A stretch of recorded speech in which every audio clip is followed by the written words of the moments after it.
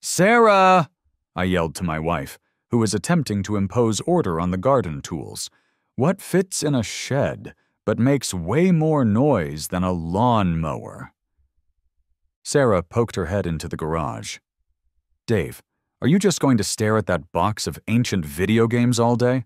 I thought you were cleaning. Cleaning? I held up the Atari joystick like a sacred relic.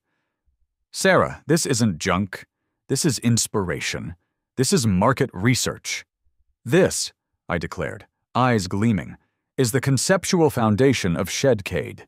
Shedcade? She asked, raising an eyebrow in that way that meant she thought I was losing my mind, but was willing to hear me out. Probably. It started, as most suburban conflicts do, with a practical need and a violation of aesthetic sensibilities. Not mine, theirs. I'd finally done it. Bought a house in Oak Ridge Estates, a neighborhood so committed to pleasant uniformity it probably had bylaws about the acceptable frequency of bird chirps. My garage was overflowing. Bikes tangled with lawn tools, the mower was perpetually blocking the recycling bin, and finding a misplaced screwdriver involved an archaeological dig. The solution was obvious. A shed. I didn't go crazy. Picked up a nice, modest prefab kit from the home improvement store. 8 by 10, sturdy vinyl siding in a tasteful gray that almost matched the house trim. Spent a solid weekend assembling it on a patch of level ground tucked discreetly behind some azaleas. Stood back, admiring my handiwork, tool belt still slung low like a suburban gunslinger. Behold, I thought, wiping sweat from my brow. The Shed Mahal, or maybe Shed X, delivering storage solutions right to my backyard.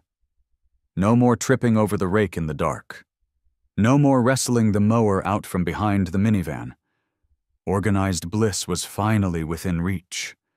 It was neat, functional, barely visible from the street. What could possibly be wrong? Enter Miss Pringle.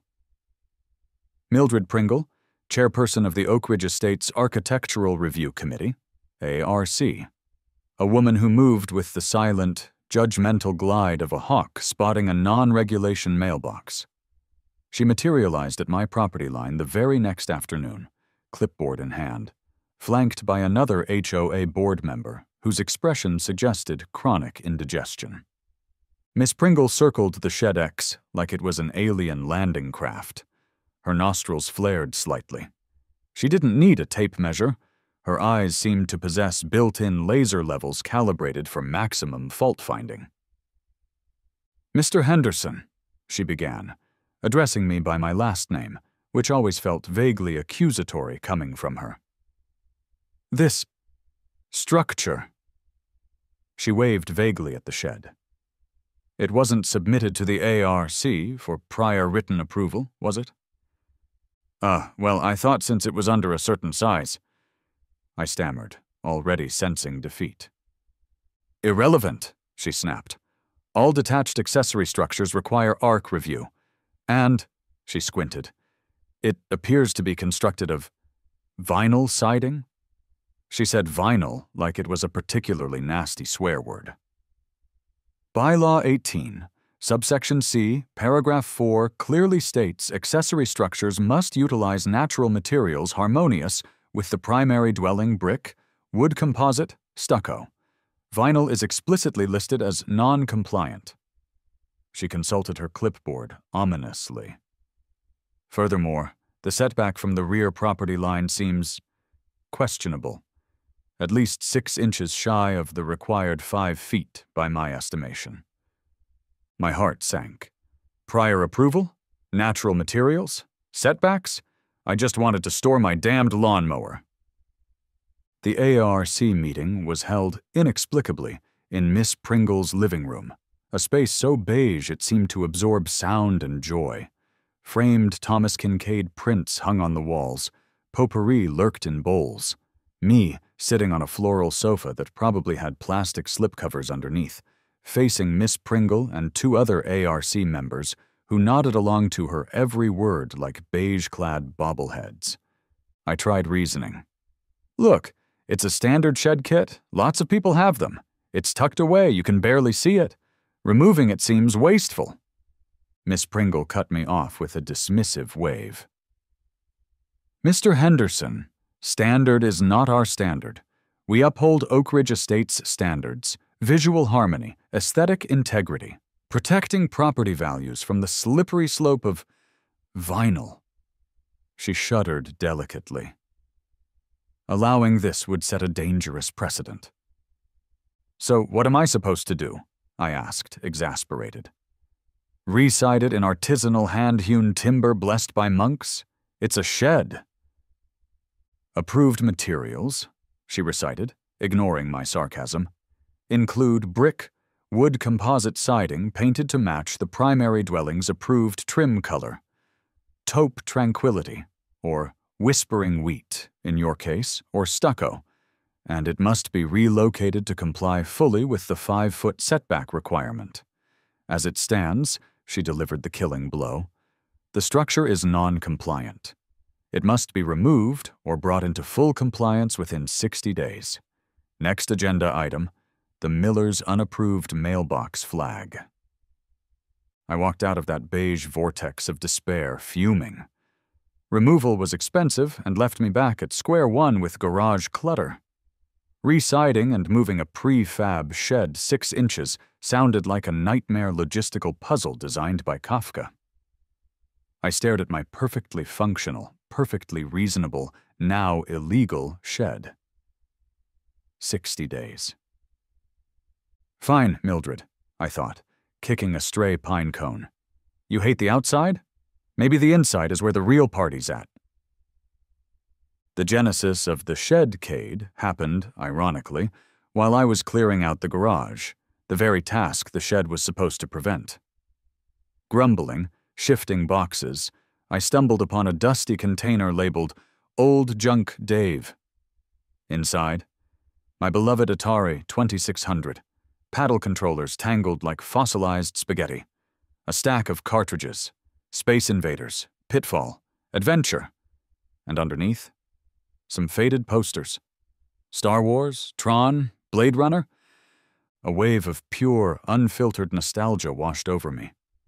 The sticky floors of the local arcade, the dimly lit room, the cacophony of bleeps, bloops, and synthesized explosions, the thrill of getting your initials on the high-score screen.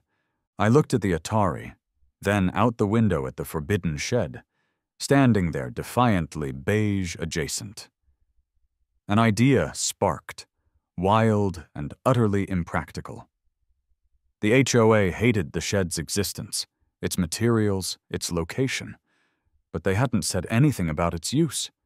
If I couldn't use it for storage, what else could I cram in that 8x10 space? "Sarah," I yelled to my wife, who was attempting to impose order on the garden tools. "What fits in a shed but makes way more noise than a lawnmower?" Sarah poked her head into the garage. "Dave, are you just going to stare at that box of ancient video games all day? I thought you were cleaning." Cleaning? I held up the Atari joystick like a sacred relic. "Sarah, this isn't junk. This is inspiration. This is market research. This," I declared, eyes gleaming, "is the conceptual foundation of Shedcade." "Shedcade?" she asked, raising an eyebrow in that way that meant she thought I was losing my mind, but was willing to hear me out. Probably. My mind raced. Forget storage. The shed would become my private portal back to 1982. A retro arcade. Pac-Man. Donkey Kong. Galaga. Maybe even a pinball machine if I could wedge it in. It was perfect. It utilized the existing structure. Take that, Pringle! Fulfilled a deep-seated nostalgic longing. And, as a delightful bonus, would likely be way more annoying to Miss Pringle than a simple storage shed ever could be. The planning phase commenced immediately. Frantic Googling. Buy used arcade cabinets, arcade game dimensions, power requirements, classic arcade games. I measured the shed's interior obsessively. Okay, maybe only 3 or 4 cabinets max. Pinball might be pushing it. The biggest hurdle? Power. These old beasts were energy vampires. My single outdoor outlet wasn't going to cut it. I needed real juice. Time to call an electrician. I picked one at random from an online search, steeling myself. "Hi," I began, trying to sound normal. "I need a quote to run some heavy-duty electrical out to a backyard shed." "Sure thing," came the reply. "Lights, power tools, what are we looking at?" "Well, lights, yeah," I admitted.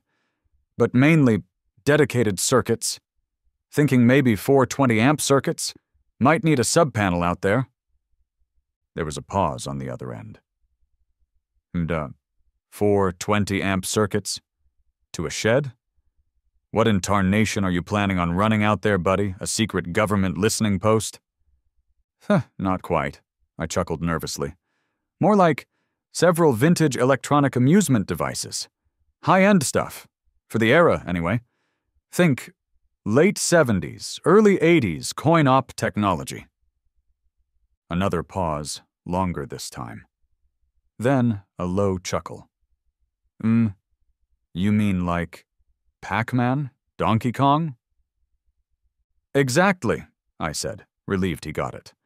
"Building a little retro arcade. Personal use, you know." "Huh?" The electrician, let's call him Sparky, mused. "Okay, man, that's a new one. Haven't wired up an arcade since Chuck E. Cheese updated in 98. I gotta see this setup. I'll swing by tomorrow afternoon." Sparky, a wiry guy with a tool belt that seemed to defy gravity, showed up the next day. He surveyed the shed, looked at my rough sketches showing cabinet placements, and just shook his head, grinning. "You're nuts, dude. But I like it." He quoted me a price that made my eyes water slightly less than Bill Jenkins's quote in that other story I definitely don't remember, and got to work running thick conduit underground from the house panel. While Sparky wrestled with wires, I tackled the interior. Insulation first. Itchy fiberglass I probably installed wrong, but it was better than nothing. Then cheap plywood sheets screwed directly to the studs. Drywall seemed too fancy for a shed. A couple of coats of flat black paint to absorb light and maximize the arcade gloom. I dug out those old posters, Luke Skywalker staring heroically, the iconic Tron light cycles, and tacked them up. Found a cheap blacklight fixture online. It was starting to look authentic-ish. Neighbors definitely noticed the activity. Henderson next door peered over the fence while I was painting. "Thought that shed was coming down, Dave?" "Oh, just making some, structural reinforcements approved by the, internal review committee," I fudged, hoping he wouldn't ask which committee. Miss Pringle drove by slowly several times, her disapproval radiating like heat waves off asphalt. Let her watch. With power installed, enough juice to run a small subdivision or maybe 4 Galagas, Sparky declared, wiping his brow. The real quest began. Acquiring the machines. This involved scouring Craigslist, obscure collector forums, and enduring a slightly sketchy road trip to a warehouse in the next state that smelled faintly of damp carpet and desperation. Finding working classics wasn't easy or cheap, but the thrill, haggling over a slightly flickering Donkey Kong monitor, adds character. Testing the flippers on a Williams pinball machine. Okay, maybe I could fit one. Finally, I secured my initial lineup. Pac-Man, non-negotiable. Miss Pac-Man for Sarah, and arguably the better game. Galaga, my personal favorite. And after much debate, a slightly battered but functional Defender cabinet. Getting them home was phase 2 of the nightmare. These things weigh a ton. My buddy Stan, owner of a beat-up but trusty pickup truck, owed me a favor. "Dude," Stan grunted, wrestling the Pac-Man cabinet onto a dolly. "This weighs more than my ex-wife's porcelain cat collection. What is in here, lead?" "Just pure, unadulterated 8-bit awesome, Stan," I wheezed, trying to guide it down the ramp without crushing a foot. The real physical comedy began when we tried getting them into the 8x10 shed. pivoting, tilting, swearing, scraping knuckles. We eventually jammed them in, arranged Tetris-like, leaving just enough room to stand, or maybe lean, and play. That night, after Stan left, muttering something about needing a chiropractor, the moment of truth arrived. I checked the connections, took a deep breath, and flipped the breakers on the new sub-panel Sparky had installed. One by one, the machines flickered to life. The warm glow of CRT monitors filled the small space. Marquees lit up. Pac-Man Mississippi, Pac-Man Galaga Defender. And then, the sounds. The familiar waka waka waka. The pew pew pew of space fighters. The hypnotic attract mode music. It was glorious. It was loud. It was probably visible from space. I stepped outside the shed, leaving the door open. The cacophony of sounds and the flashing lights spilled out into the quiet suburban night. A dog barked down the street. A curtain twitched in Miss Pringle's window across the way. "Game on, Mildred," I thought, a grin spreading across my face. "Game on." Naturally, I couldn't keep this slice of retro heaven to myself. The following Friday night, I invited Stan and a couple of other buddies over for the official Shedcade inaugural game night. "Whoa!" Stan exclaimed, stepping into the glowing, noisy shed. "It's like my entire childhood crammed into a lawnmower shed. This is amazing!" We cracked open some beers, carefully balanced on top of the Miss Pac-Man machine, squeezed into the limited space, and the friendly competition began. The sounds intensified. Not just the games, but us yelling. "Get the power pellet! Shoot that tractor beam! New high score!" Laughter, frantic button mashing, the occasional frustrated groan. The combined decibel level probably rivaled a small airport runway. The flashing lights strobed across my backyard, and, undoubtedly, onto Henderson's prize-winning roses and Miss Pringle's perfectly symmetrical boxwoods. Around 10 p.m., Sarah poked her head in. "Dave, keeping it down, guys? Mrs. Henderson just texted me asking if we were hosting an illegal rave." "Rave?" Stan scoffed. "This is high culture, Sarah. This is history." We turned the music down slightly, but the game sounds continued. Predictably, Monday morning brought consequences. Another cream envelope, delivered with what felt like personal vindictiveness by the mail carrier. This one was thicker. "Dear Mr. Henderson," it began, the formality dripping with menace. "It has come to the board's attention that unauthorized activities are taking place within the non-compliant accessory structure. Reports include excessive noise, Ref, Bylaw 25, nuisance lighting, Ref, Bylaw 31, and potentially the operation of an unapproved home business or amusement facility, Ref, Bylaw 40. Cease and desist all such activities immediately. Furthermore, the original non-compliance regarding the structure itself remains unresolved." It went on, threatening fines, liens, and legal action that probably involved ritual sacrifice to the gods of beige paint. That evening, as I was trying to beat my own high score on Galaga, purely for research purposes, of course, the flashing lights weren't just coming from the shed. Red and blue strobed across my lawn. 2 police officers stood at my front door. "Evening, sir," the first officer said, polite but weary. She looked young, maybe new to the suburban HOA beat. "We received a noise complaint. Something about arcade sounds coming from your backyard." "Evening, officers," I said, trying to look innocent. "Just unwinding in my hobby room after a long day, playing some vintage video games. You know, Pac-Man, Galaga, classics." I gestured vaguely towards the shed, where the waka waka waka was clearly audible. The second officer, older, sighed audibly. "Right, hobby room. Look, sir, it's 9:30 p.m. Your neighbors are complaining about the noise and the flashing lights." "Noise?" I feigned surprise. "It's just classic game sounds.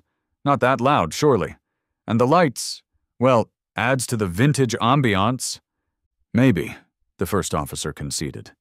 But it's clearly bothering people. Noise ordinance doesn't officially kick in until later, but consistent nuisance noise can be addressed anytime. Can you just keep it down? Maybe close the shed door? Point the speakers away from Miss Pringle's house? Absolutely, officers, I said readily. Just getting lost in the game. We'll be more considerate. They gave me a long look, the kind that said, "We know this is HOA nonsense, but please don't make us come back," and left. No ticket, no formal warning. But the message was clear. I was pushing my luck. Did I learn my lesson? Did I unplug the machines and start pricing out Whispering Wheat composite siding? Reader, what do you think? The next Friday, I might have had Stan over again. Maybe we tried to beat the Defender high score. Maybe the volume crept up. Maybe the triumphant noises lasted slightly past 10 p.m. The HOA response was nuclear. An emergency meeting was called the Arcade Shed Nuisance. Legal threats intensified. They even sent a notice suggesting any guests parking on the street to visit my amusement facility might be ticketed or towed under HOA parking regulations. I attended the meeting, armed with printouts of the noise ordinance, highlighting permitted daytime decibel levels, and photos of ridiculously opulent home theaters found in architectural magazines. Is this a commercial enterprise? Miss Pringle was practically vibrating. This isn't a hobby room, Mr. Henderson. It's an unlicensed, non-compliant amusement parlor operating out of an illegal structure. It blinks, it beeps, it lowers property values, it attracts elements. By elements, I assumed she meant Stan. It's 4 old video games in my backyard shed, Mildred, I retorted, trying to stay calm. On my property, played mostly by me. No money changes hands. The noise is comparable to a lawnmower during the day, and I keep it down at night now, as requested by the police. The lights? I can put up curtains. And the shed itself? Pringle shot back, zeroing in on the original sin. Still vinyl, still too close to the fence. I'm exploring options for the exterior cladding, I stalled. But obviously the extensive interior renovations took priority. Once the, vintage electronics are fully calibrated, I'll address the facade. Just as the board was about to vote on retaining outside counsel to sue me into the Stone Age, a surprising voice piped up. Old Mr. Abernathy, who usually just slept through meetings. Actually, Mildred, he mumbled. My grandson came over last week. Saw the lights. Dave was kind enough to let him play that Space Invaders game for a few minutes. Reminded me of my Navy days. He smiled faintly. Seems kinda harmless. Miss Pringle looked like she might swallow her tongue. An ally? Unthinkable. The board, momentarily confused by this wrinkle, tabled the motion for immediate legal action, deciding instead to issue more fines and send another strongly worded letter about the shed structure, a temporary reprieve. So, where are we now? The shedcade lives on, albeit under stricter self-imposed rules. Curtains cover the windows at night. I try really hard to keep the volume down and quit playing by 9:30 p.m. The HOA keeps sending me fines for the shed's non-compliant exterior, which I keep politely disputing while exploring cladding options. Miss Pringle still glares. Henderson still complains if Stan parks his truck too close to his driveway when he comes over. It's an uneasy truce. Maybe I'll eventually have to reside the shed in taupe tranquility to make the structural complaints go away. Maybe they'll eventually get tired of fighting about the arcade noise if I keep it reasonable. But you know what? Every evening when I step into that little shed, flip those breakers, and hear the opening notes of the Miss Pac-Man theme, it feels like a win. I didn't set out to build an arcade. I just wanted a place for my damn rake. But thanks to the Oak Ridge Estates HOA and the tyranny of beige, I ended up with something way better. My own private portal to 1982, humming and blinking defiantly in my backyard. Now, if you'll excuse me, I think I hear Galaga calling my name. Those alien bugs aren't going to shoot themselves, and I've got a high score to beat. Pew pew pew.